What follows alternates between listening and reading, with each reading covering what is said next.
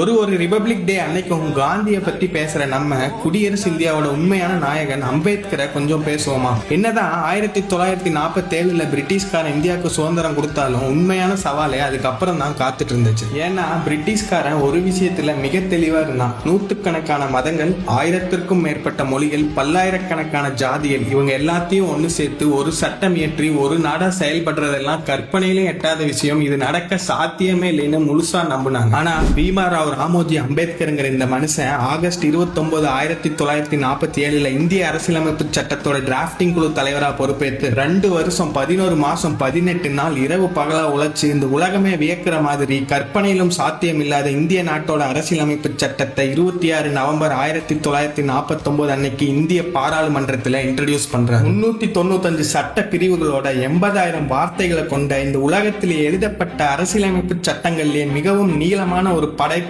மிடுக்கிட்டு நின்னுச்சு நம்ம அரசியலமைப்பு சட்டம்.